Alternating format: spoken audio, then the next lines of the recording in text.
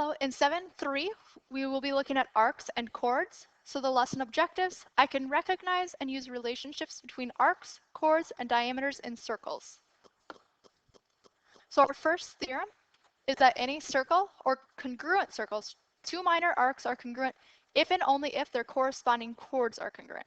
So that's saying that since these chords are the same length, then if this is x degrees, this is also x degrees. Our second theorem says that in a circle, if a diameter or radius is perpendicular to a chord, then it bisects the chord and its arc. So that's saying that here we have a radius, and it is a perpendicular bisector then of this chord. And so that's saying that this side of the chord is congruent to that side of the chord. And also that this arc right here, if this arc is x degrees from there, then so is this arc on that side. All right, our last theorem then is that in a circle or congruent circles, two chords are congruent if and only if they are equidistant from the center. So that's saying that since this length is the same as this length, that these two chords right here are then congruent. So note those three theorems. So let's put them into practice now.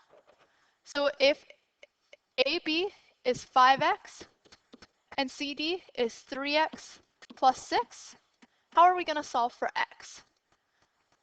Since we know that both CD and AB are 127, we can set them equal to each other. So we can set 5x equal to 3x plus 6. Solving, we get 2x to equal 6, so x equals 3. Plugging that back in, we can find that the distance from A to B equals 5 times 3. So 5 times 3, plugging our x in, so that gives us 15. And CD then is also going to be 15, since they are then congruent. All right, so here again, we want to find the value of x. So we can see that we have 80 degrees on both of those, meaning that those two chords are congruent. So we can set 12x minus 2 equal to 34. So we get 12x equals 36. So we get x to be 3. So again, that's using our first theorem on the front page of the notes.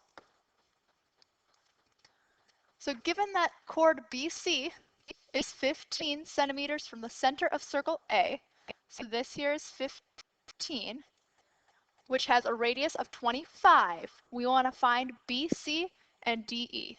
So it has a radius of 25, so that whole distance is 25, which means that DE is 25 minus 15. So we get the distance from D to E to be 10. And then we also know that A to B is a radius, so that's 25. Now you can see that we have a right triangle here with our hypotenuse 25 and this distance 15. So we get 25 squared minus 15 squared to give us our distance from B to C. So we get that, or from B to D to be 20 by taking 25 squared minus 15 squared, and that equals 400. Taking the square root of both sides, we get 20. But then note that that's just B to D, and we wanted B to C, and so we have to multiply it by 2. By using the second theorem, we have a perpendicular angle.